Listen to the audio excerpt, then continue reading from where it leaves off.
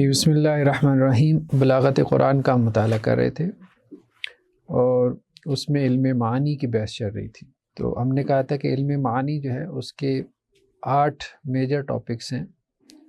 آج اس کے last topic کو ہم نے ڈسکس کرنا ہے، یعنی لاسٹ ٹاپکس میں بھی 3 ٹاپکس آ جائیں گے۔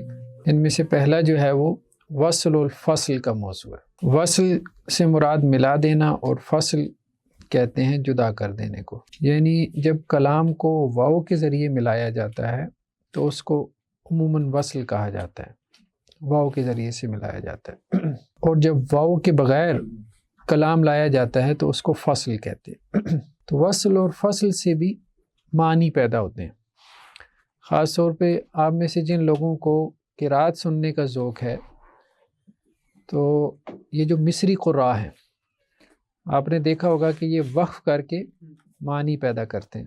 ایک ایسی جگہ پہ وقف کریں گے تلاوت کرتے کرتے کہ انسان حیران رہ جائے گا کہ اچھا یہاں اس نے وقف کر دیا اور یہ معنی تو کبھی میرے ذہن میں بھی نہیں آیا تھا۔ تو بہرحال یہ ایک فن ہے، قراء اس فن میں بڑے ماہر ہوتے ہیں، تو اس کو وقف و ابتدا بھی کہتے ہیں کہ قرآن کی تلاوت میں آپ نے کہاں وقف کرنا ہے، کہاں سے آپ نے ابتدا کرنی ہے، اور اس کا معنی پہ کیا فرق پڑے گا۔ اصل میں تو علم معنی کی بحث ہے نا۔ وَإِنَّكُمْ لَتَمُرُّونَ عَلَيْهِمْ مُصْبِحِينَ وَبِاللَّيْلِ۔ اب یہاں وقف آپ دونوں جگہ کر سکتے ہیں۔ یہ جو باللیل کو یہ ریڈ کلر میں ہم نے ہائی لائٹ کیا ہے، تو ایک تو یہ ہے کہ آپ باللیل پہ وقف کریں تو معنی اور ہو جائے گا، اور اگر باللیل سے آپ ابتدا کریں تو معنی اور ہو جائے گا۔ وَإِنَّكُمْ لَتَمُرُّونَ عَلَيْهِمْ مُصْبِحِينَ وَبِاللَّيْلِ۔ اللہ تعالیٰ مشرکین کو کہہ رہے ہیں کہ پچھلی قوموں سے عبرت حاصل کیوں نہیں کرتے؟ جب تم شام تجارت کے لیے جاتے ہو تو رستے میں سے ان بستیوں پر سے گزرتے ہو جن کے اوپر اللہ کا عذاب نازل ہوا۔ تو وَإِنَّكُمْ لَتَمُرُّونَ عَلَيْهِمْ، اور بے شک تم لازماً گزرتے ہو ان بستیوں پر سے، مُصْبِحِينَ وَبِاللَّيْلِ، صبح کے اوقات میں بھی اور رات کے اوقات میں بھی۔ ٹھیک ہے، تو تمہارا یہ گزر کبھی رات کو ہوتا ہے کبھی صبح کو ہوتا ہے، اور اگر ہم مصبحین پہ وقف کر لیں تو پھر معنی بدل جائے گا۔ وَإِنَّكُمْ لَتَمُرُّونَ عَلَيْهِمْ مُصْبِحِينَ، یعنی دن میں سفر تم کرتے ہو اور دن میں تمہارا گزر ان بستیوں سے ہوتا ہے۔ وَبِاللَّيْلِ أَفَلَا تَعْقِلُونَ، رات کو غور و فکر کیوں نہیں کرتے؟ رات کو اس بارے میں غور و فکر کیوں نہیں کرتے؟ اور رات کے اوقات میں افلا تعقلون، تم عقل سے غور و فکر سے کیوں نہیں کام لیتے؟ یعنی رات کی چند گھڑیوں میں جب کہ ساری دنیا سکون میں ہوتی ہے تو اس وقت تم غور و فکر کیوں نہیں کرتے کہ یہ پچھلی قوموں کے ساتھ کیا ہوا؟ معنی چینج ہو گیا۔ ٹھیک، پہلے افلا تعقلون کا تعلق پچھلی پوری عبارت سے تھا کہ تم صبح اور شام کے اوقات میں، دن اور رات کے اوقات میں ان بستیوں پہ سے تمہارا گزر ہوتا ہے، اب اس بات پہ تم کیوں نہیں غور کرتے؟ افلا تعقلون۔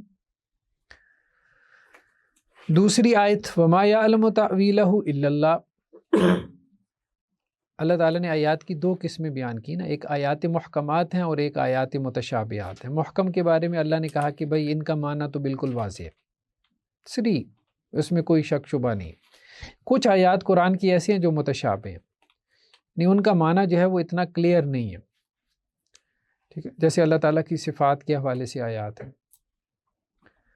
تو اب اس کے بارے میں کیا کہا گیا؟ وَمَا يَعْلَمُ تَأْوِيلَهُ إِلَّا اللَّهُ۔ وہ جو متشابہ ہے نا، اس کی حقیقت اللہ کے علاوہ کوئی نہیں جانتا۔ اگر یہاں وقف کر لیں، اب کچھ لوگوں نے وقف یہاں پہ کیا الا اللہ پہ، تو اس کا مطلب یہ ہے کہ متشابہ کا معنی اللہ کے علاوہ کسی کے علم میں نہیں۔ والراسخون فی العلم یقولون آمنا بی، اور جن کا علم پختہ ہے، یعنی رسوخ فی العلم، پختگی ہے جن کے، راسخ فی العلم، جو علم رسوخ رکھنے والے ہیں، وہ کیا کہتے ہیں؟ ہم ان آیات پہ ایمان لاتے ہیں، متشابہ پہ۔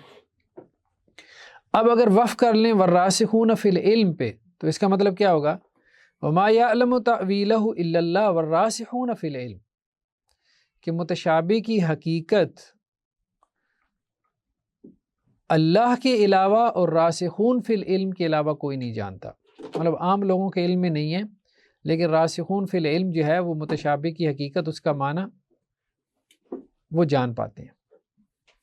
تو معنی تبدیل ہو جاتا ہے وصل اور فصل سے، کہاں آپ نے ملایا، کہاں آپ نے اس کو چھوڑ دیا. کہاں آپ نے وقف کی, کہاں آپ نے ابتدا کی. سورہ یوسف میں ایک آیت ہے, یوسف علیہ السلام کا قصہ آپ کے ذہن میں ہوگا. نام تو اس خاتون کا زلیخا آ گیا, واللہ عالم, اللہ بہتر جانتا ہے. تفسیری روایات ہیں یہ نام تھا بھی کہ نہیں تھا. قرآن نے تو عزیز مصر کی بیوی کا ہے. تو وَلَقَدْ ہَمَّتْ بِهِ وَهَمَّ بِهَا, اب کچھ لوگوں نے وقف کیا وَهَمَّ بِهَا پہ, اور ارادہ کیا اس خاتون نے یوسف کا, اور یوسف نے ارادہ کیا بہا اس خاتون کا. اب یہ وقف مناسب نہیں ہے, یہ وقف مناسب نہیں. اس لیے عام طور پہ قرآ آپ نے دیکھا ہوگا, مصری قرآ, وہ وَلَقَدْ ہَمَّتْ بِهِ یہاں وقف کر دیتے ہیں. اس خاتون نے ارادہ کیا یوسف کا, یعنی نبی کی طرف ارادے کی نسبت بھی مناسب نہیں ہے. باقی اللہ نے ان کو بچا لیا, وہ تو بات آگے آ رہی ہے نا. لیکن کیا حضرت یوسف کے دل میں بھی کوئی برائی کا خیال اور ارادہ پیدا ہوا تھا کہ نہیں ہوا تھا؟ صرف اتنی بات ہو رہی ہے. تو اس میں اگر وَهَمَّ بِهَا پہ وقف کرتے ہیں تو پھر اس کا مطلب یہ ہے کہ ارادہ دونوں طرف سے پیدا ہوا تھا. اللہ تعالیٰ نے یوسف علیہ السلام کو بچا لیا, اور وہ عورت جو ہے وہ آمادہ ہو گئی برائی کے اوپر, ٹھیک ہے, بالفعل آمادہ ہو گئی. لیکن اگر وَلَقَدْ ہَمَّتْ بِهِ پہ وقف کریں گے تو اس کا مطلب یہ ہے کہ ارادہ بھی جو ہے وہ حضرت یوسف علیہ السلام سے نہیں ہوا تھا. پھر کیا کلام بنے گا؟ وَهَمَّ بِهَا لولا ارّا برہان ربی, تو یوسف بھی اس کا ارادہ کر لیتے اگر وہ اپنے رب کی روشن دلیل کو نہ دیکھ پاتے. تو اللہ تعالیٰ نے چونکہ اپنی روشن دلیل دکھا دی تھی, اس لیے ان کے ارادہ بھی پیدا نہ ہو. تو فصل اور وصل جو ہے یہ کس طرح سے, یعنی وقف اور ابتدا معنی کے اوپر اثر انداز ہوتے ہیں. تو خیر, ہم نے کہا کہ وصل کہتے ہیں واو کے ذریعے ملا دینے کو, اور فصل کہتے ہیں واو کے بغیر ملانے کو. جیسے اقیم الصلاۃ, یہ جو قرآن کی آیت ہے, اقیم الصلاۃ, آپ نماز قائم کریں, ایک جملہ ہے. وامر بالمعروف, نیکی کا حکم دیں. ونہا عن المنکر, منکر سے روکیں, برائی سے روکیں. واصبر, اور صبر کریں. ٹھیک ہے, تو اب یہاں واو کے ذریعے سے کتنے جملوں کو ملایا گیا؟ چار جملے ہیں نا. نماز قائم کریں, نیکی کا حکم دیں, برائی سے روکیں, صبر کریں. واو کے ذریعے سے 4 جملوں کو ملایا گیا, اس کو کہتے ہیں وصل. واو کے ذریعے ملانا, مطلب کہیں واو لائی جاتی ہے کہیں نہیں لائی جاتی, اس میں بھی بلاغت ہے. اصل بات یہ ہو رہی ہے, قرآن میں کہیں پہ 2 باتیں کی جاتی ہیں تو اکٹھی کر دی جاتی ہیں, یعنی اور کر کے بھی اور کر کے بھی نہیں بیان کیا جاتا. اس میں بھی بلاغت ہوتی ہے. جب اور کر کے کہا جاتا ہے یہ ہوا اور یہ اور یہ اور یہ, تو اس میں بھی بلاغت ہوتی ہے. یہ نقطہ ہے بیسیکلی. اور ایک اور جگہ پہ قرآن میں کیا, وصلی علیہم, آپ ان کے لیے کیا کریں؟ دعا فرمائیں. آپ ان کے لیے دعا فرمائیں. اب یہاں پہ 2 باتیں, ایک دعا فرمائیں, دوسری بات کیا, ان صلاتک سکن لہم, آپ کی دعا ان کے لیے باعث سکون کا باعث بنے, سکون کا سبب بنے گی. یعنی اہل ایمان کے لیے, اپنے اصحاب کے لیے آپ دعا کرتے ہیں. اب 2 باتیں ہیں, لیکن وصلی علیہم کے بعد واو نہیں لائے گا. کیوں نہیں لائے گا؟ یہ بیسیکلی وصل اور فصل کا موضوع ہے کہ کہاں وصل کیا جاتا ہے, یعنی قرآن کی بات کریں. جب ہم کہتے ہیں قرآن بلیغ کلام ہے, تو مطلب یہ ہے کہ اپنی بلاغت کی انتہا پر ہے. تو وہاں آپ ایک حرف کو ڈسکس کرتے ہو کہ یہ حرف آیا ہے تو اس کی کیا وجوہات ہیں. اب یہ سارا ٹاپک صرف واو کی بحث ہے, صرف واو کی بحث ہے کہ واو کیوں آتی ہے اور کیوں نہیں آتی. وصل کی جو اقسام ہیں ہم نے پڑھا تھا کہ جملہ خبریہ, جملہ انشائیہ. تو کبھی تو جملہ خبریہ میں ہوتا ہے وصل, اور کبھی جملہ انشائیہ میں ہوگا. ٹھیک, یعنی جن 2 جملوں کو ملایا جا رہا ہے وہ جملہ خبریہ ہیں, اسمیہ یا فعلیہ ہیں, یا وہ جملہ انشائیہ ہیں. جیسے ان الابرار لفی نعیم وان الفجار لفی جحیم, 2 جملے ہیں. یہ کون سے جملے ہیں؟ جملہ اسمیہ خبریہ.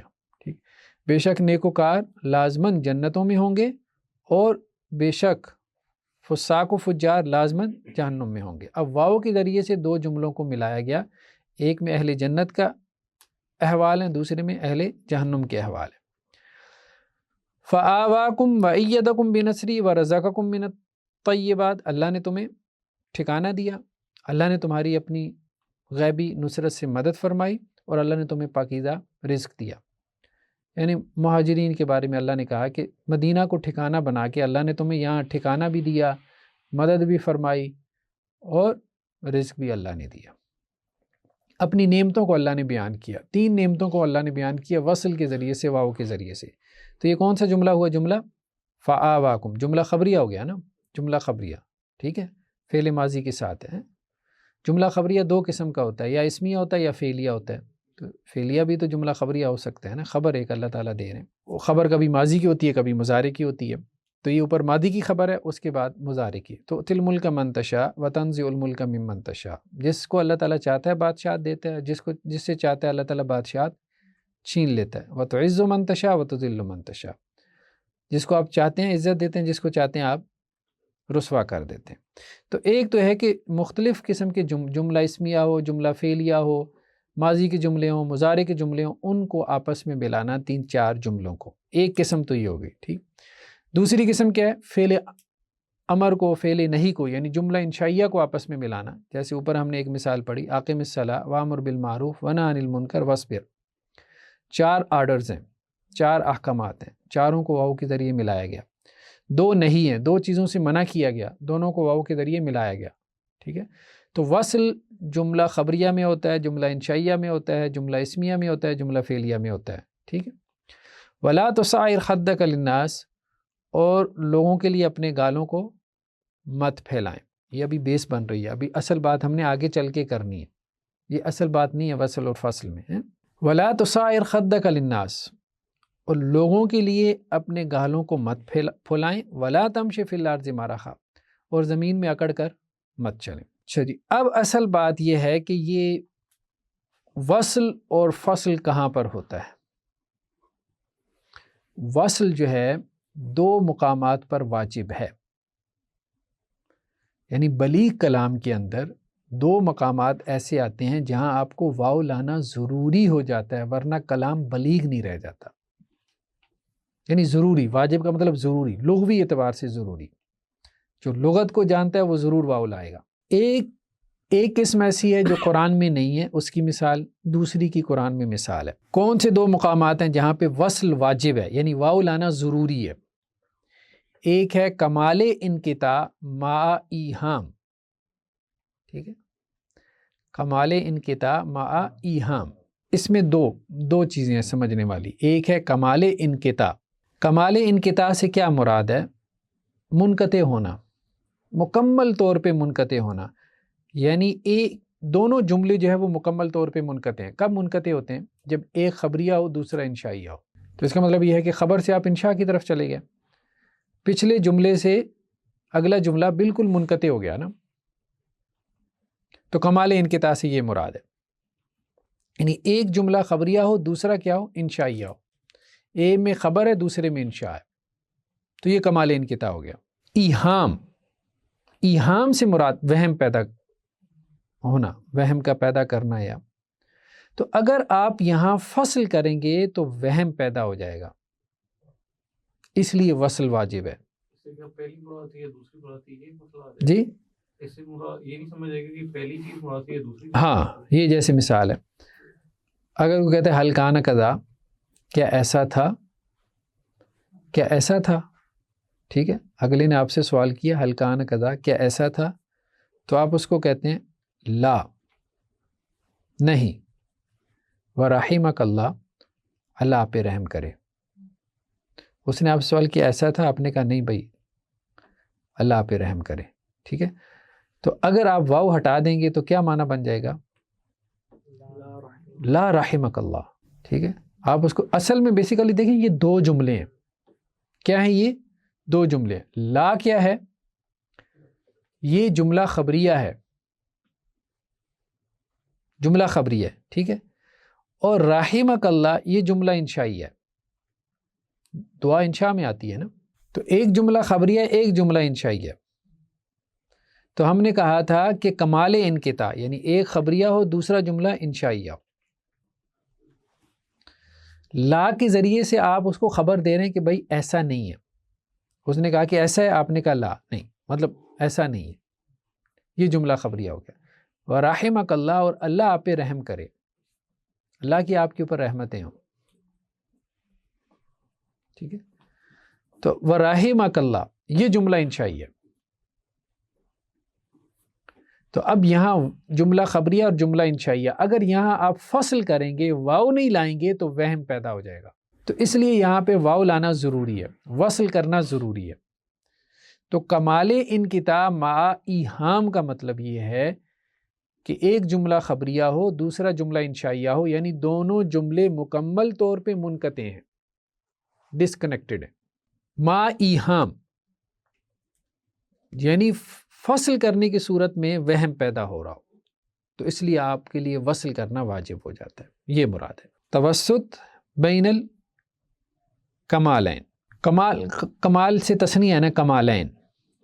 دو جملے ہیں، دونوں خبریاں ہیں یا دونوں انشائیاں ہیں، تو اب ان میں لفظاً اتحاد ہو گیا، یعنی لفظاً اتحاد ہو یا لفظاً اور مانوی دونوں اعتبار سے اتحاد ہو.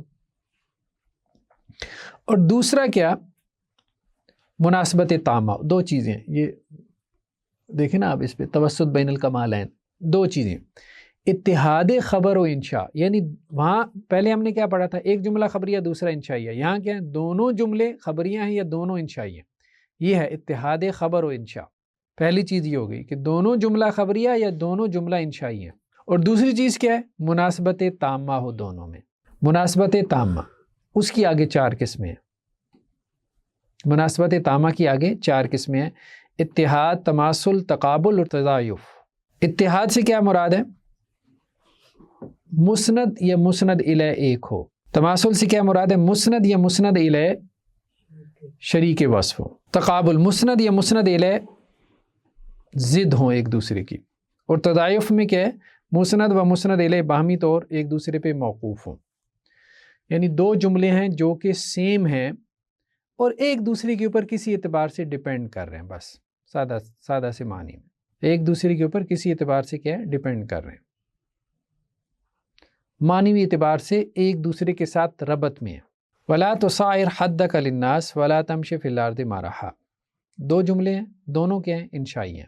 تو یہاں پہ کیا ہے؟ توسط بین الکمالین. فصل جو ہے وہ 5 مقامات پر ضروری ہے، یعنی 5 جگہ ایسی ہیں جہاں واو نہیں لایا جائے گا، جہاں پر واو آپ نہیں لائیں گے. کمال اتصال. کمال اتصال کسے کہتے ہیں؟ کہ دوسرا جملہ پہلے جملے کی تاکید ہے، تو پھر آپ واو نہیں لائیں گے. وَاتَّقُوا الَّذِي أَمَدَّكُمْ، ڈرو اس سے جس نے تمہیں سپورٹ کیا، بِمَا تَعْلَمُونَ اس کے ساتھ جس کو تم جانتے ہو. أَمَدَّكُمْ بِأَنْعَامٍ وَبَنِينَ اور اس نے تم کو سپورٹ کیا چوپایوں کے ساتھ اور بیٹوں کے ساتھ. تو وَاتَّقُوا الَّذِي أَمَدَّكُمْ بِمَا تَعْمَلُونَ، أَمَدَّكُمْ بِأَنْعَامٍ وَبَنِينَ، وَأَمَدَّكُمْ نہیں آیا کیونکہ دوسرا جو جملہ ہے امدکم وہ پہلے جملے کی کیا ہے؟ تاکید ہے. تو جب دوسرا جملہ پہلے جملے کی تاکید ہو تو پھر واو نہیں لایا جاتا. اس کو کہتے ہیں کمال اتصال.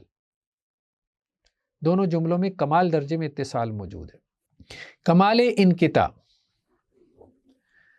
جملہ خبریہ کے بعد جملہ انشائیہ آ جائے، وہی بات جو پہلے ہم نے پڑھی، کمال درجے میں انقطاع، تو یہاں پہ بھی واو نہیں لایا جاتا.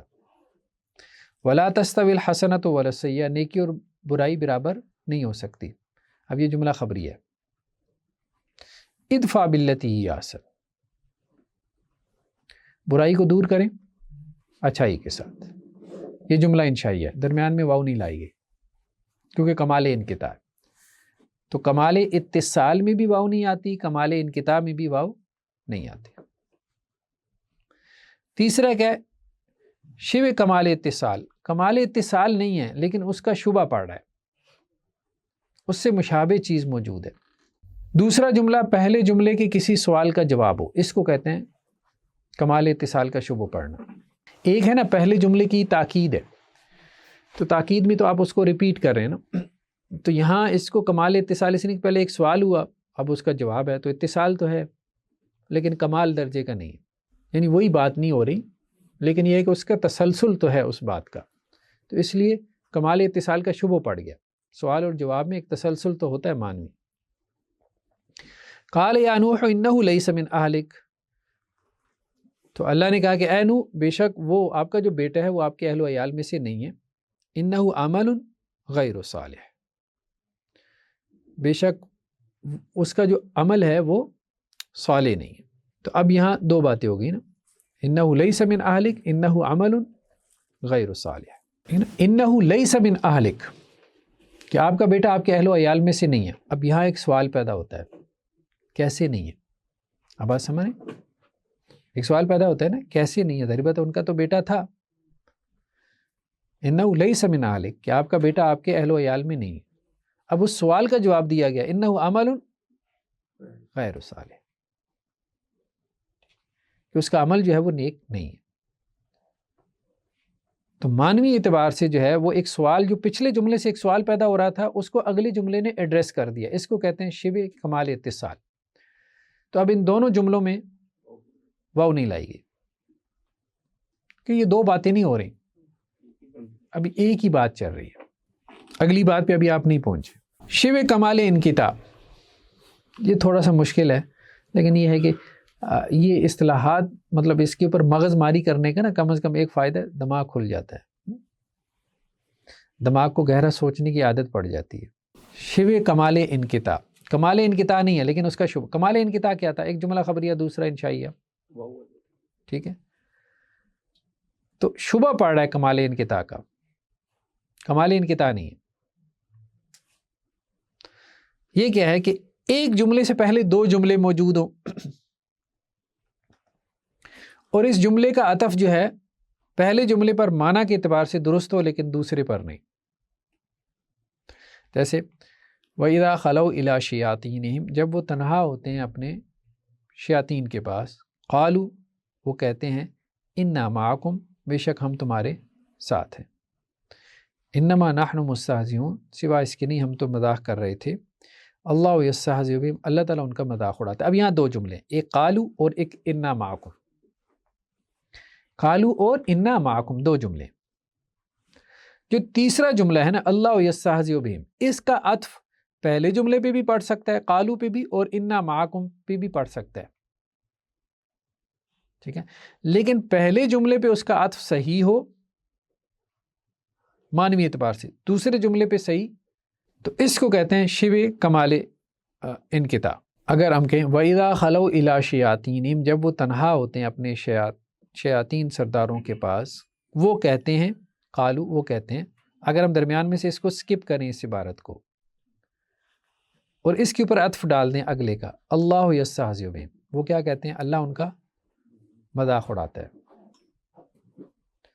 ٹھیک ہے؟ تو یہ عطف معنوی اعتبار سے صحیح ہے، یعنی دو جملے ہیں، ان میں سے پہلے جملے کے اوپر جو عطف ہے وہ معنوی اعتبار سے صحیح ہو۔ قالوا کے اوپر عطف صحیح ہے، کس کا؟ اللہ یستہزئ بہم کا، اللہ یستہزئ بہم کا عطف قالوا کے اوپر صحیح ہے، اِنَّا مَعَكُمْ پر معنوی اعتبار سے صحیح نہیں بیٹھ رہا۔ قالوا پہلا جملہ ہے، اِنَّا مَعَكُمْ دوسرا جملہ ہے، بے شک ہم تمہارے ساتھ ہیں، بے شک ہم تمہارے ساتھ ہیں، اللہ یستہزئ بہم، اللہ تعالیٰ ان کا مذاق اڑاتا ہے۔ اب معنوی اعتبار سے جملہ نہیں بن رہا، تو دو جملے ہیں، قالوا ایک جملہ ہے، اِنَّا مَعَكُمْ دوسرا جملہ ہے۔ قالوا جملہ فعلیہ ہے، پورا جملہ ہے نا، انہوں نے کہا، کیا کہا؟ وہ مقولہ آگے، ٹھیک۔ اِنَّا مَعَكُمْ بے شک ہم تمہارے ساتھ ہیں، یہ بھی پورا جملہ ہے۔ دو جملے ہیں، اب ان دو میں سے پہلے جملے کے اوپر عطف جو ہے وہ صحیح ہو، دوسرے پر صحیح نہ ہو، ٹھیک ہے؟ اس کو کیا کہتے ہیں؟ شبہ کمال انقطاع، ٹھیک ہے؟ کمال انقطاع نہیں ہے لیکن اس کا شبہ ہے، یعنی اب دوسرے جملے سے انقطاع ہو رہا ہے نا، اِنَّا مَعَكُمْ دوسرے جملے سے انقطاع ہو رہا ہے نا اگلے کا، ٹھیک ہے؟ دوسرے جملے سے انقطاع ہو رہا ہے، اس کی کنٹینیویشن نہیں ہو رہی، ہاں اس کی کنٹینیوشن نہیں ہو رہی، ہاں، تو اس لیے وہاں پہ آپ واو نہیں لائیں گے، یہ کہنا چاہ رہے ہیں، ٹھیک ہے؟ ورنہ واو لائیں گے تو وہ انقطاعی بن جائے گا ایک طرح سے۔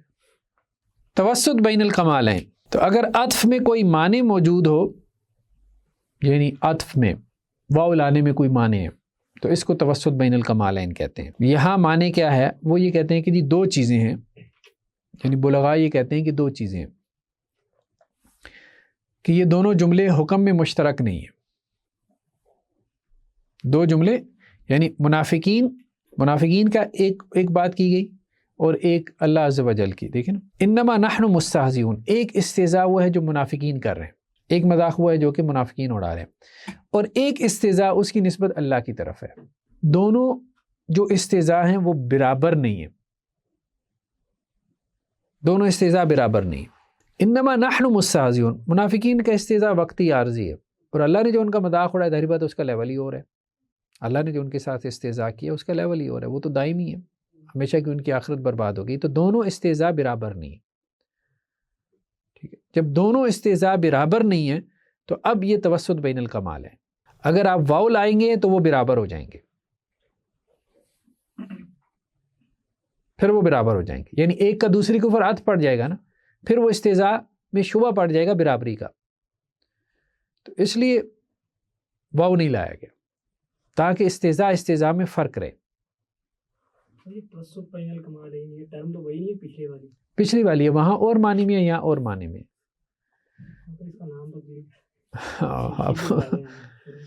بہرحال ایسا ہی ہے، اب کوئی نہ کوئی مناسبت تو ہوتی ہے. خیر بہرحال یہ تھوڑا سا دقیق موضوع تھا وصل اور فصل کا، لیکن آپ یوں سمجھ لیں آسان الفاظ میں کہ ایک تو وقف اور ابتدا ہے. وقف اور ابتدا تھوڑا سا ڈیفرنٹ ہے اس سے، ہاں وقف اور ابتدا تھوڑا سا ڈیفرنٹ ہے. وہاں پہ بھی فصل اور وصل کیا جاتا ہے نا قراء کے یہاں. یہ تھوڑا سا فصل اور وصل تھوڑا سا ڈیفرنٹ ہے، یعنی واو کے ذریعے سے ملانا یا واو کے بغیر ملانا، اور اس سے کیا معنی پیدا ہوتے ہیں. یعنی بیسیکلی حرف عطف کی کہ حرف عطف لانا اور حرف عطف نہ لانا، اس میں بھی بلاغت کے نکات ہوتے ہیں، باریک نقطہ رسی ہوتی ہے، یہ مراد تھی. نیکسٹ جو ہے ایجاز و اتناب. ایجاز کہتے ہیں کلام کو مختصر کرنا، اور اتناب کہتے ہیں کلام کو لمبا کرنا. کبھی بلی کلام وہ ہوتا ہے جو کہ مختصر ہو، اور کبھی بلی کلام وہ ہوتا ہے جو کہ لمبا ہو. اصل میں تین جو ہے نا وہ ٹرم استعمال، ایک ایجاز، ایک مساوات، ایک اتناب. ایجاز کہتے ہیں لفظ تھوڑا ہے معنی زیادہ ہے. اب یہ تو سب کو سمجھ میں آتا ہے، ٹھیک ہے، لفظ تھوڑا ہے، لفظ کم ہے اور معنی زیادہ ہیں، ٹھیک ہے، ایجاز. مساوات کیا ہے؟ جتنے الفاظ ہیں اتنے معنی ہیں، برابر برابر، یہ بھی ٹھیک ہے. اور اتناب کیا ہے؟ جتنے معنی ہیں الفاظ اس سے کیا ہے؟ زیادہ ہیں. اس میں بھی بلاغت ہوتی ہے، لفظ کی خوبصورتی ہوتی ہے، کلام کی خوبصورتی نمایاں ہوتی ہے. تو ایجاز کی دو قسمیں ہیں. ایک ہے ایجاز قصر، وہی بات جو ابھی ہم نے کی کہ تھوڑے الفاظ میں زیادہ معنی کو بیان کرنا، یہ ایجاز قصر ہے، اور یہ قرآن میں بہت زیادہ ہے. جیسے اس کی مثال یہاں پہ فی القصاص حیات. قصاص میں کیا ہے؟ زندگی. قصاص میں زندگی ہے، تھوڑے الفاظ ہیں اور اس میں معنی کا خزانہ ہے، معنی کا خزانہ ہے. عربوں نے مطلب یہ ہم نے شاید کہیں اس کا تذکرہ بھی کیا تھا، ہاں، کہ عربوں میں قتل و غارت زیادہ تھی، تو انہوں نے یہ سوچا کہ قتل و غارت کو روکنے کے لیے، اس کی روک تھام کے لیے ہمیں کوئی قانون بنانا چاہیے، کوئی قانون وضع کرنا چاہیے، اور پھر ہم اس کو نشر کریں، پھیلائیں، تاکہ لوگوں کے جیسے ہمارے یہاں محاورات ہوتے ہیں شعور اجاگر کرنے کے لیے، ٹھیک ہے، وہ سماجی شعور پیدا کرتے ہیں. تو وہ پھر انہوں نے کئی ایک محاورات بنائے. تو ان محاورات میں جو سب سے آخری محاورہ تھا وہ کیا تھا؟ ہاں، کہ قتل کی نفی کرتا ہے، قتل کو ختم کرتا ہے. مراد ان کی قصاص تھی، قتل کرو کیونکہ وہ قتل کے خاتمے کا باعث بنے گا. تو ان کے یہاں محاورات بنتے رہے. پہلے ایک بنا، انہوں نے کہا نہیں اس میں اتنی بلاغت نہیں ہے، پھر دوسرا بنا، پھر اس کے بعد تیسرا بنا. تو اب اپنے کلام میں فصاحت اور بلاغت پیدا کرنے کے بعد جو ایک قانون انہوں نے وضع کیا، القتل انفع للقتل، کہ قتل کی نفی کرنے والا ہے، یعنی قتل کرو اس لیے تاکہ قتل ختم ہو. تو اب اس میں اور قرآن مجید کے اس جملے میں، جیسے اب امام سیوطی نے ویسے اس کا کوئی تھوڑا سا تذکرہ کیا ہے اس میں الاتقان میں، کہ 17 وجوہات ہیں جو ہمیں بظاہر نظر آتی ہیں، پتہ نہیں کتنی ہوں گی، کہ قرآن کا یہ جملہ فی القصاص حیات اس جملے سے کہ جس کے اوپر وہ عربوں نے ایک طرح سے اجماع کر لیا تھا، قصاص کے معنی یا قصاص کا قانون وضع کرنے کے لیے جو وہ ایک جملہ لے کے آئے تھے، اس میں اور اس میں قرآن مجید کے جملے کو 17 اعتبارات سے 17 پہلوؤں سے اس کے اوپر بلاغی پہلوؤں سے فوقیت حاصل ہے۔ القتل انفع للقتل، اگر آپ اس کے حروف کو مثال کے طور پہ آپ اس کو گنے شمار کریں اور فی القصاص حیات کے حروف کو شمار کریں تو فی القصاص حیات کے حروف کے ہیں کم ہیں، ٹھیک ہے۔ پھر القتل انفع للقتل، قتل کا لفظ ریپیٹ ہو رہا ہے، فی القصاص حیات میں کوئی لفظ ریپیٹ نہیں ہو رہا، تو لفظ کی ریپیٹیشن بلاغت کے جو ہے وہ مناسب نہیں ہے۔ پھر قتل کا لفظ بھاری ہے، قوف، اس کی ادائیگی جو ہے اس میں ثقل ہے، فی القصاص حیات اس میں وہ ثقل نہیں ہے جو وہاں پر ہے کہ 2 دفعہ آپ کو قاف ادا کرنا پڑ رہا ہے۔ تو اس طرح سے مختلف وجوہات ہیں، ٹھیک ہے۔ تو فی القصاص حیات یعنی تھوڑے الفاظ میں زیادہ معنی، یہ ایجاز قصر ہے۔ دوسرا کیا ہے؟ ایجاز حذف، یعنی کوئی محذوف جسے آپ کہتے ہیں۔ حذف جو ہے بعض اوقات حرف ہوتا ہے، بعض اوقات کلمہ، بعض اوقات جملہ، بعض اوقات جملے بھی محذوف ہو جاتے ہیں۔ اب یہ بھی ایجاز ہے، یعنی کلام کو مختصر کرنا ہے۔ وَنَادَوْا یا مالک لیقضی علینا ربک، اور وہ پکاریں گے اے مالک، لیقضی علینا ربک، چاہیے کہ آپ کا رب ہمارا کیا کرے؟ فیصلہ چکا دے۔ وَكَانَ وَرَاءَ مَالِكٌ يَأْخُذُ كُلَّ سَفِينَةٍ غَصْبًا، تو اس کو حرف کی جو ہے وہ اپنا مثال میں لایا جاتا ہے مالک کو، اور کچھ لوگ یہاں پہ معذوف مان لیتے ہیں، جیسے ہمارے ہاں وہ اس کی مثال ہے نا، برادر کو برو کہہ دینا، ٹھیک ہے۔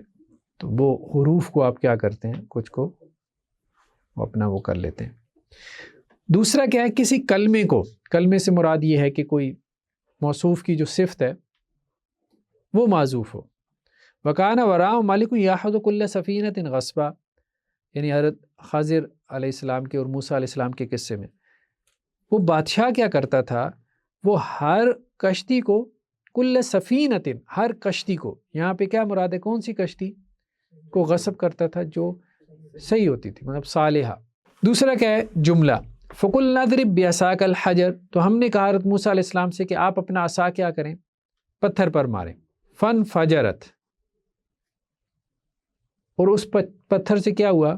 پھوٹ پڑے 12 عینہ، 12 چشمے، لیکن درمیان میں ایک چیز موجود نہیں، کیا؟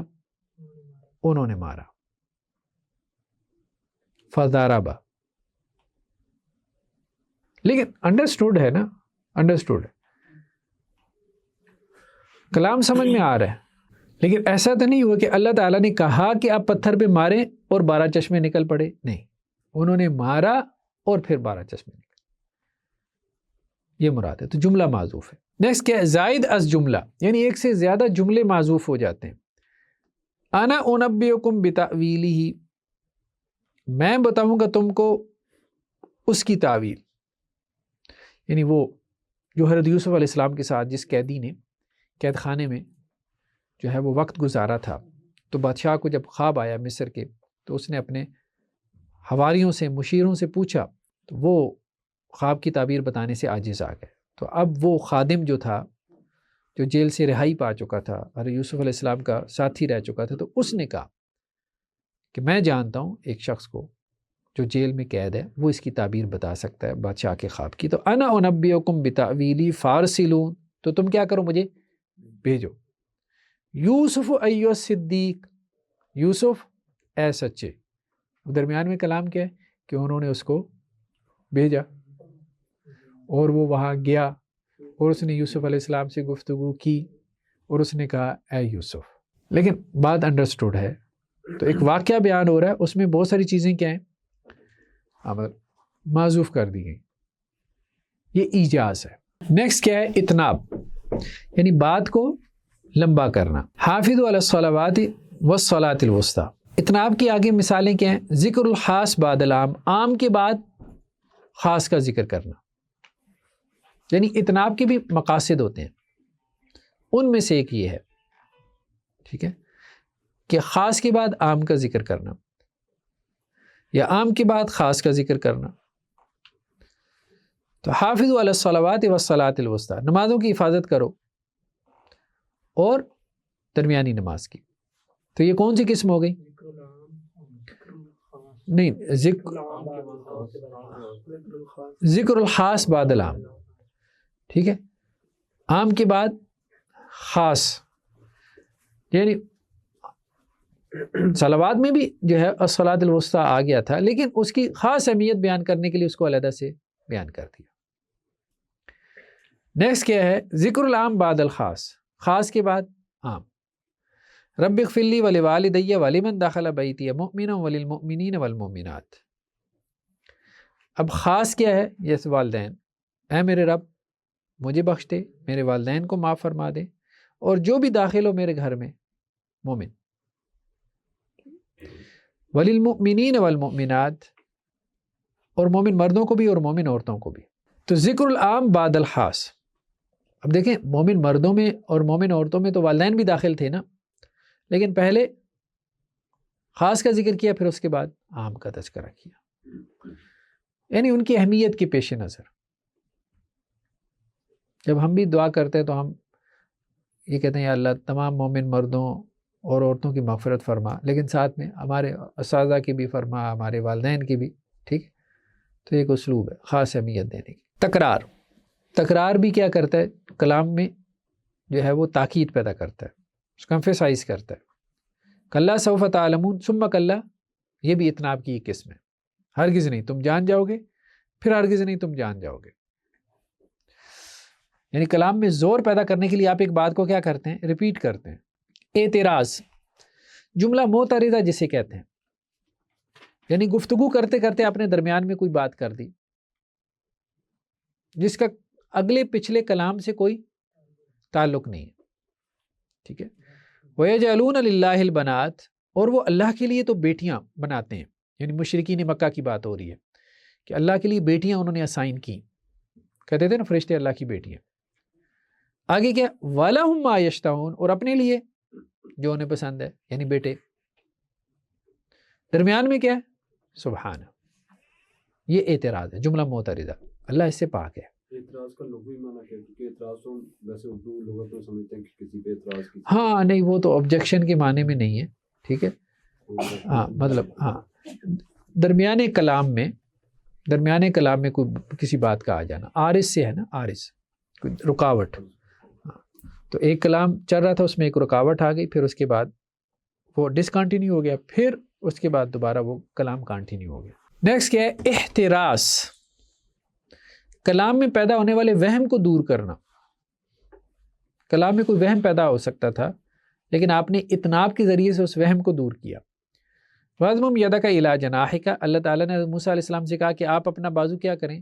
اپنے ساتھ ملا لیں، یعنی اپنے بغل میں نا اپنا بازو، اور اس کو باہر نکالیں گے تو وہ روشن ہوگا نا، یہ معجزہ دیا گیا موسیٰ علیہ السلام کو۔ تخرج بیضاء، تو وہ نکلے گا روشن سفید، من غیر سوء، یہ اتناب ہے۔ اب کو یہ نہ سمجھے کہ وہ جو سفید ہے وہ کسی بیماری کی وجہ سے ہے، جیسے وہ پھل بہری کی بیماری ہوتی ہے نا، جس کی وجہ سے جسم سفید ہو جاتا ہے۔ تو اس وہم کو دور کر، احتراز یعنی کسی وہم کو دور کرنا،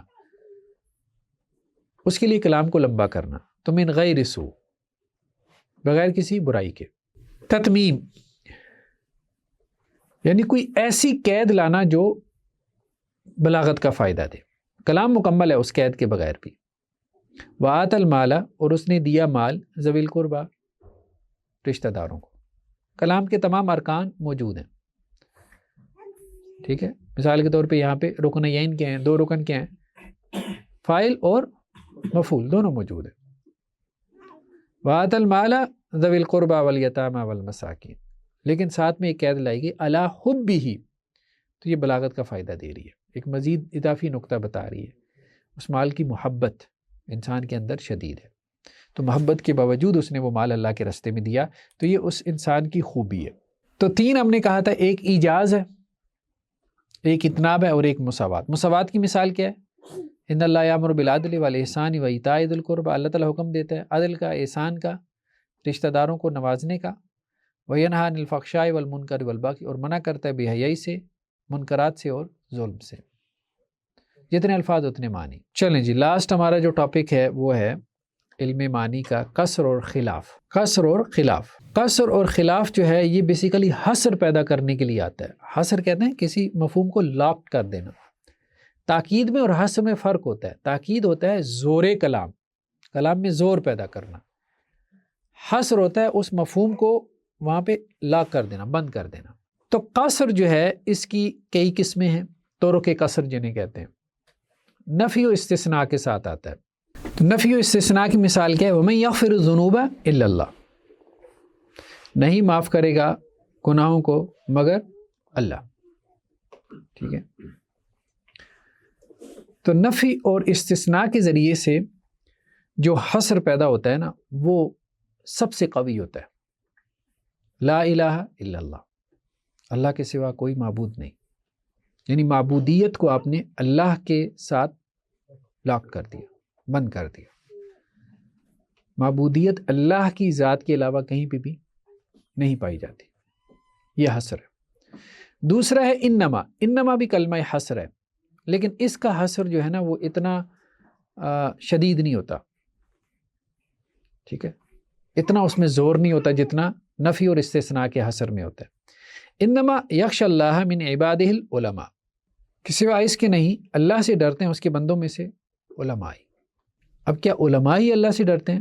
دھری بات ہے یہ مراد نہیں ہے، علماء کے علاوہ بھی خشیت دھری بات ہے موجود ہے، اللہ کی خشیت اور لوگوں کے دلوں میں بھی موجود ہے جو علماء نہیں ہے، ٹھیک ہے۔ تو یہاں مقصود کیا ہے؟ تعریض۔ تعریض مطلب ابھارنا، یعنی اصل خشیت تو صاحب علم کو ہی حاصل ہوتی ہے، یہ مراد ہے۔ تو اس لیے لوگ ذرا علم کی طرف متوجہ ہوں، علم حاصل کرنے کی طرف آئیں تاکہ اللہ کی معرفت حاصل ہو، اور اس معرفت کے نتیجے میں، یعنی علم کا مقصود کیا ہے؟ معرفت رب ہے نا، معرفت رب، اور اس معرفت رب کے نتیجے میں خشیت الہی پیدا ہو۔ تو تعریض ابھارنا ہے، عالم بننے پہ ابھارنا مقصود ہے، یہ مقصود نہیں ہے کہ جی خشیت صرف علماء میں ہی پائی جاتی ہے، یہ مقصود نہیں، ٹھیک ہے۔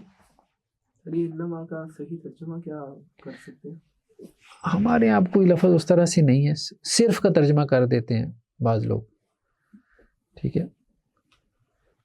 اللہ سے اس کے بندوں میں سے صرف علماء ہی ڈرتے ہیں۔ لیکن یہ بلاغی پہلو کے حساب سے صحیح اچھا ترجمہ نہیں ہے نا، صرف کرنا۔ ہاں، بلاغی پہلو کے اعتبار سے ٹھیک نہیں ہے۔ یقیناً ہاں، یقیناً بھی کیا جا سکتا ہے، ٹھیک ہے، یقیناً بھی کیا جا سکتا ہے۔ انما انت منذر من یخشی، سوائے اس کے نہیں، آپ ڈرانے والے ہیں اس کو جو سے ڈرنا چاہے، جو آخرت سے ڈرنا چاہتا ہے آپ اس کو ڈرانے والے ہیں، لیکن جو نہیں ڈرنا چاہتا آپ اس کو بھی ڈرانے والے تھے۔ تو انما کا آپ حصر دیکھیں گے وہاں مفہوم اس طرح سے لاک نہیں ہوتا جیسا نفی اور استثناء میں ہوتا ہے، یہ اصل میں نقطہ ہے۔ عطف بلا و بل ولیکن، لا کے ذریعے سے، بل کے ذریعے سے، لیکن کے ذریعے سے عطف ڈالنا، یہ بھی حصر ہے، یہ بھی حصر ہے، یعنی حصر کی ایک قسم ہے۔ ما کان محمد ابا احد من رجالکم، محمد صلی اللہ علیہ وسلم تمہارے مردوں میں سے کسی کے والد نہیں ہے، یعنی آپ کی نرینہ اولاد نہیں تھی، ہوئی لیکن فوت ہو گئی۔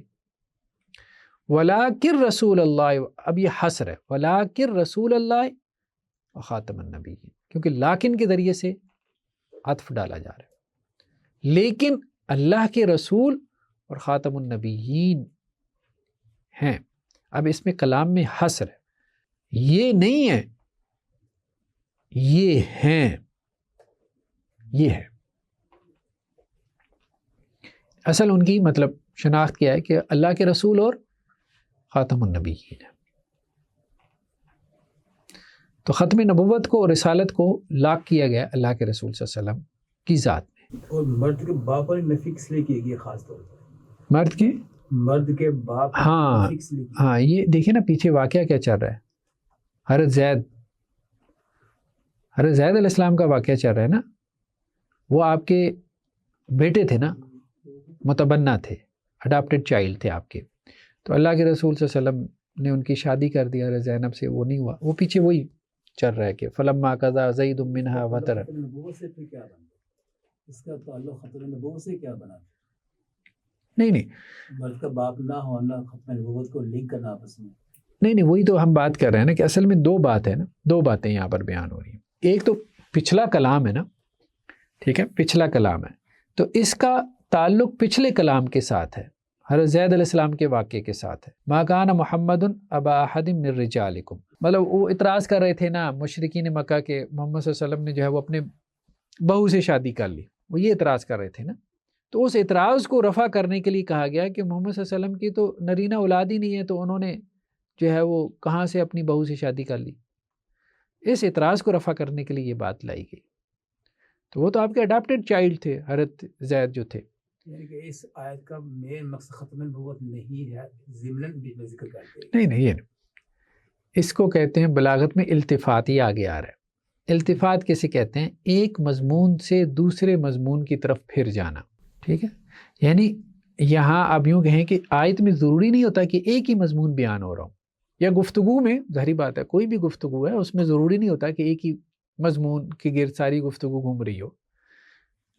تو ایک گفتگو بعض اوقات 2 مضامین پر مشتمل ہوتی ہے، بعض اوقات اس میں 10 باتیں ہوتی ہیں، بعض اوقات 12. تو ہم یوں کہیں گے اس میں 2 باتیں، ٹھیک ہے. ایک بات کا تعلق پچھلے کلام سے ہے اور ایک نئی بات. عطف کا مطلب ہی کیا ہوتا ہے؟ ٹھیک ہے. جا زید و عمر، زید اور عمر. اب عمر زید سے علیحدہ ہے. اس میں ہم نے پڑھا نا پیچھے کہ قرآن مجید کا انداز جو ہے وہ خطابت کا ہے. خطابت میں تو اسی طرح تصریف ہوتی ہے. ہاں، التفات ہوتا ہے، ایسے ہی. ہاں، کسی اعتبار سے اس میں مناسبت بھی ہوتی ہے کہ اصل تعارف کیا ہے؟ اصل تعارف اللہ کے رسول صلی اللہ علیہ وسلم کا، ٹھیک ہے. وہ یہ نہیں کہ آپ کی نرینہ اولاد ہے کہ نہیں، آپ صلی اللہ علیہ وسلم کی ذات میں دیکھنے والی چیز کیا ہے. وہ تو ان کا ایک اعتراض رفع کرنے کے لیے اللہ نے بیان کر دیا نا کہ آپ صلی اللہ علیہ وسلم کی نرینہ اولاد نہیں. لیکن رسول اللہ صلی اللہ علیہ وسلم کی ذات میں دیکھنے والی یہ چیز نہیں ہے کہ آپ کتنے بیٹے چھوڑ کے گئے، آپ کی نرینہ اولاد ہے کہ نہیں ہے. یعنی آپ کا نسب، اصل چیز جو دیکھنے والی چیز ہے آپ کی رسالت اور ختم نبوت. یہ بات تقدیم ما حقہ تاخیر، اس کو مقدم کرنا جس کا حق کیا ہے؟ تاخیر ہے. یعنی جس کو بعد میں آنا چاہیے تھا اس کو پہلے لے کے آنا.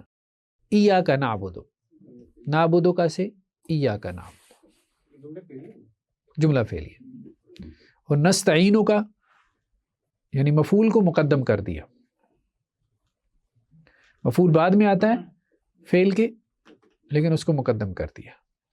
تو اس سے بھی حصر پیدا ہوتا ہے. یہ آج ہم پڑھیں گے، مطلب قرآن میں بھی آج ہماری آیت یہی ہے. کسر کو ہم حصر کہہ رہے ہیں، کسر کا کیا معنی ہے؟ یہی اسی معنی میں، حصر کے معنی میں.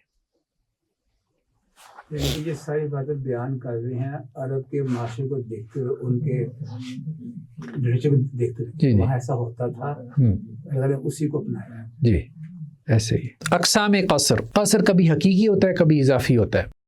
یعنی حصر کہہ لیں. اقسام قصر کبھی حقیقی ہوتا ہے کبھی اضافی ہوتا ہے. جو حقیقی ہے اس کی بھی آگے 2 قسمیں، تحقیقی اور ادعائی. قصر حقیقی میں کیا ہے کہ صفت کو موصوف میں بند کر دینا، صفت کا موصوف میں حصر، یہ قصر حقیقی ہے. اور قصر اضافی ہوتا ہے موصوف کا صفت میں حصر. ایک ہے صفت کا موصوف، یعنی یہ صفت اسی میں پائی جاتی ہے، یہ حقیقی ہوتا ہے. اور ایک ہے کہ یہ موصوف اس صفت میں پایا جاتا ہے یعنی یہ موصوف ہی اسی صفت سے متصف ہے، یہ قصر اضافی ہوتا ہے. یعنی عموماً اس سے مراد حقیقت نہیں ہوتی، مجاز ہوتا ہے. جی، قصر ادعائی وہ ہے کہ جس میں ایک شے کا دوسری شے پر منحصر ہونا مبالغہ اور ادعا کے ساتھ ہو، دعوے کے ساتھ. یعنی یہ صفت اس موصوف میں کمال درجے میں موجود ہے، یہ دعویٰ کرنا. وَعِنْدَهُ مَفَاتِحُ الْغَيْبِ لَا يَعْلَمُهَا إِلَّا هُ، یہ قصر حقیقی ہے، تحقیقی ہے. یعنی اللہ کے پاس ہی غیب کی کنجیاں ہیں، لا يَعْلَمُهَا إِلَّا هُ، اور غیب کی کنجیوں کو کوئی نہیں جانتا سوائے اس کے. ٹھیک ہے، یہ قصر حقیقی ہے. ٹھیک ہے، یعنی صفت کا موصوف میں قصر کرنا. ایک صفت کو صرف اسی موصوف میں ہی ثابت ماننا، کسی اور میں نہ ماننا، یہ کسر تحقیقی۔ انما یخشی اللہ من عبادہ العلماء، یہ کسر ادعائی ہے۔ صفت کیا ہے؟ خشیت۔ خشیت کو علماء میں لاق ماننا، یہ ایک ادعا ہے، یعنی مبالغتاً ایسا کہا گیا ہے۔ ایسا نہیں ہے کہ خشیت کی صفت صرف علماء میں پائی جاتی ہے، ٹھیک ہے؟ تو یہ کسر کیا ہے؟ ادعائی ہے۔ مبالغے کے لیے بعض اوقات ایک صفت کو کسی موصوف کے ساتھ محصور کر دیا جاتا ہے۔ زید عالم، انما زید عالم، زید عالم ہے، زید ہی عالم ہے۔ اب اس کا مطلب یہ نہیں کوئی اور عالم نہیں ہو سکتا، نہیں، مبالغے کے لیے کہا گیا۔ اگر وہ عالم نہیں ہے تو پھر کون ہے؟ ٹھیک ہے، تو انما یخشی اللہ من عبادہ العلماء۔ قصر اضافی، قل انما یوحی الی انما الہکم الہ واحد، کہہ دیجئے سوائے اس کے نہیں وحی کی جاتی ہے میری طرف۔ یہ قصر کیا ہے؟ اضافی ہے۔ اب اللہ کے رسول صلی اللہ علیہ وسلم کی طرف صرف وحی نہیں ہوئی، پچھلے انبیاء کی طرف بھی ہوئی، اور یہ بھی کہ میری طرف وحی کیا کی جاتی ہے؟ انما الہکم الہ واحد، میری طرف صرف وحی، یہی وحی کی جاتی ہے، توحید کی نہیں، اس کے علاوہ بھی، ٹھیک ہے؟ تو یہ کسر اضافی ہے۔ یا دو دفعہ کلمہ حسر آ گیا نا، انما الہکم الہ واحد، یہ تو کسر تحقیقی ہے، یہ ٹھیک ہے، لیکن انما یوحی الی انما الہکم الہ واحد، یہ جو پہلا انما ہے یہ کسر اضافی ہے۔ وما محمد الا رسول، محمد صلی اللہ علیہ وسلم نہیں ہے مگر اللہ کے رسول۔ چلیں جی لاسٹ سلائیڈ آ گئی اب آپ کی۔ خلاف، خلاف کسے کہتے ہیں؟ مقتضائے حال کے خلاف کلام کرنا۔ ہم نے کہا تھا نا بلی کلام کون سا ہوتا ہے؟ جو مقتضائے حال کے مطابق ہو، سچویشن کے مطابق ہو۔ بعض اوقات سچویشن کے خلاف بھی کلام کرنا پڑتا ہے، وہ بھی بلیغ ہوتا ہے، ٹھیک ہے؟ وہ بلیغ کیسے ہوگا؟ یہی تو پڑھ رہے ہیں۔ اس کی ایک مثال ہے التفات، وہی بات جو ابھی ہم کر رہے تھے، بات کرتے کرتے کوئی دوسری بات شروع کر دینا، ٹھیک ہے؟ بلاغت تو یہ کہتی ہے کہ بھئی جو بات چل رہی ہے بس اسی کے اوپر رہو، لیکن التفات یہ بلاغت کے لیے کیا جاتا ہے۔ جیسے غیب سے حاضر کی صیغے کی طرف آ جانا، صیغہ غائب میں بات کرتے کرتے کسی کو مخاطب کرنا شروع کر دیں، ٹھیک ہے؟ قرآن میں یہ عبس وتولی ان جاءہ الاعمی وما یدریک لعلہ یزکی، یعنی غائب کے صیغے سے حاضر کے صیغے کی طرف، یہ التفات ہے۔ قلب کہتے ہیں کلام کو آگے پیچھے کرنا، سارے اس کو نہیں مانتے، سیبوائے وغیرہ اس کا انکار کرتے ہیں، قلب نہیں ہے، ٹھیک ہے؟ کلام کو آگے پیچھے کر دینا، وہ نہیں مانتے اس کو، وہ کہتے ہیں یہ بلاغت نہیں ہے، لیکن عام طور پہ بلغاء اس کو بلاغت میں شمار کرتے ہیں کہ کلام کو آگے پیچھے کیا جا سکتا ہے۔ اذهب بکتابی ھذا، سلیمان علیہ السلام نے حدود کو کہا تھا میرا یہ خط لے جاؤ، فالقی الیہ، یہ خط ان کی طرف کیا کرنا؟ ڈال دینا، ثم تولی عنہ، پھر ان سے کیا ہو؟ مڑ جاؤ، فانظر ماذا یرجعون، پس دیکھو کہ وہ کیا جواب دیتے ہیں۔ اب کچھ لوگوں نے یہاں پہ قلب نہیں کیا، خط ڈالو پھر ان سے مڑ جاؤ، یعنی سائڈ پہ ہٹ کے بیٹھ جاؤ، جو وہ جواب دے وہ اٹھا کے لے آنا۔ کچھ لوگوں نے جنہوں نے قلب مانا وہ کیا کہتے ہیں؟ وہ کہتے ہیں ثم تولی عنہم بعد میں ہے، یعنی کہ اذهب بکتابی ھذا، میرا یہ خط لے جاؤ، فالقی الیہ، ان کی طرف ڈال دو، فانظر ماذا یرجعون، پھر دیکھو وہ کیا جواب دیتے ہیں، ثم تولی عنہم، پھر وہ جواب لے کے واپس آ جانا۔ تو بعض لوگوں نے قلب کیا اس میں، لیکن قلب کے بغیر بھی مفہوم نکل سکتا ہے۔ لیکن کچھ جگہ پہ ایسا ہے کہ وہاں مطلب لگتا ہے قلب کرنا پڑے گا، لیکن کچھ لوگ جو نہیں کرتے نا پھر وہ کوئی اور تعویل کر دیتے، جیسے وَكَمْ مِنْ قَرْيَةٍ، کتنی بستیاں، اہلکنا، ہم نے ان کو ہلاک کیا، کتنی بستیوں کو ہم نے ہلاک کیا، فَجَاءَهَا بَأْسُنَا، بس آیا ان کے پاس ہمارا عذاب، بیاتاً، رات کے وقت میں۔ تو کہتے ہیں قلب ہے، ہلاک تو عذاب کے بعد ہوئی ہے، یہ نہیں کہ پہلے ہلاک ہو گئے پھر عذاب آیا، پہلے عذاب آیا پھر ہلاک ہوئی ہے، تو یہ قلب ہے۔ لیکن جو قلب کو نہیں مانتی وہ کیا کہتے ہیں؟ وہ کہتے ہیں اہلکنا کا مطلب یہ ہے کہ ہلاک کرنا نہیں ہے، اہلک مطلب ہلاکت کا ہم نے ارادہ کیا، ہم نے جب ان کو ہلاک کرنا چاہا تو ان کے پاس ہمارا عذاب آ گیا رات کے اوقات۔ اسلوب حکیم اسے کہتے ہیں، یعنی ایک حکیم کا جو اسلوب ہوتا ہے، انداز ہوتا ہے کہ کسی نے سوال کیا، اب آپ کو پتہ ہے کہ اس کو اگر میں جواب دوں گا نا تو اس کی سمجھ سے اوپر کی چیز ہے، تو آپ اس کو ایسا جواب دیتے ہیں جو اس کی سمجھ کے مطابق ہو۔ جیسے بچہ ہے، مثال کے طور پہ بچہ بہت سارے سوالات ایسے کرتا ہے، ٹھیک ہے، ہم کہاں سے آ گئے، اب اس کو سمجھانا مشکل ہوتا ہے کہاں سے آیا، تو اب آپ اس کو ماں باپ ایسا جواب دیتے ہیں جس سے وہ مطمئن ہو جائے۔ یہ اسلوب حکیم ہے، کیونکہ اس کو سمجھانا شروع کر دیں گے تو اپنی انرجی ویسٹ کریں گے۔ یسألونک عن الاہلہ، وہ آپ سے سوال کرتے ہیں ہلال کی جمع اہلہ، چاندوں کے بارے میں۔ ہلال پہلی رات کا چاند، یعنی اصل میں سوال یہ تھا کہ چاند گھٹتا بڑھتا کیوں ہے۔ اب یہ ایک سائنٹیفک کویسچن تھا، تو اللہ تعالیٰ نے اس کو رپلائی کرنے کے بجائے اس طرح سے کیا کہ اس کا فائدہ کیا ہے، تم سے متعلق چیز کیا ہے۔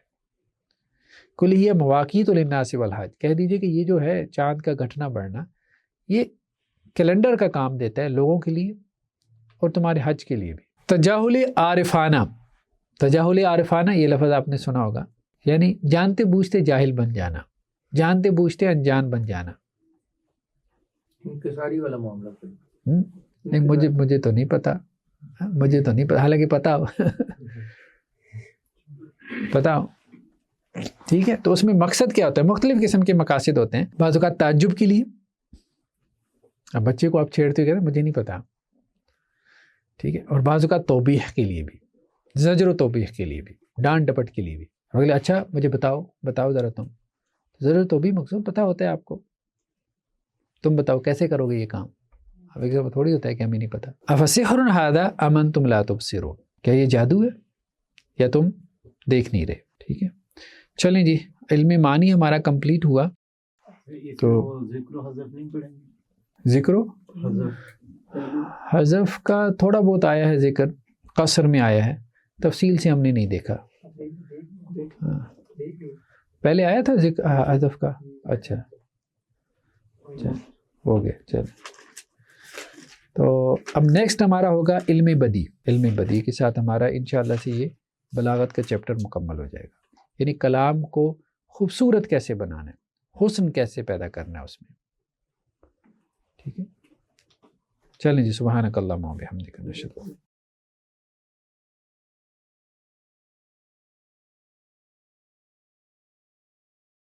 ناظرین السلام علیکم ورحمۃ اللہ وبرکاتہ۔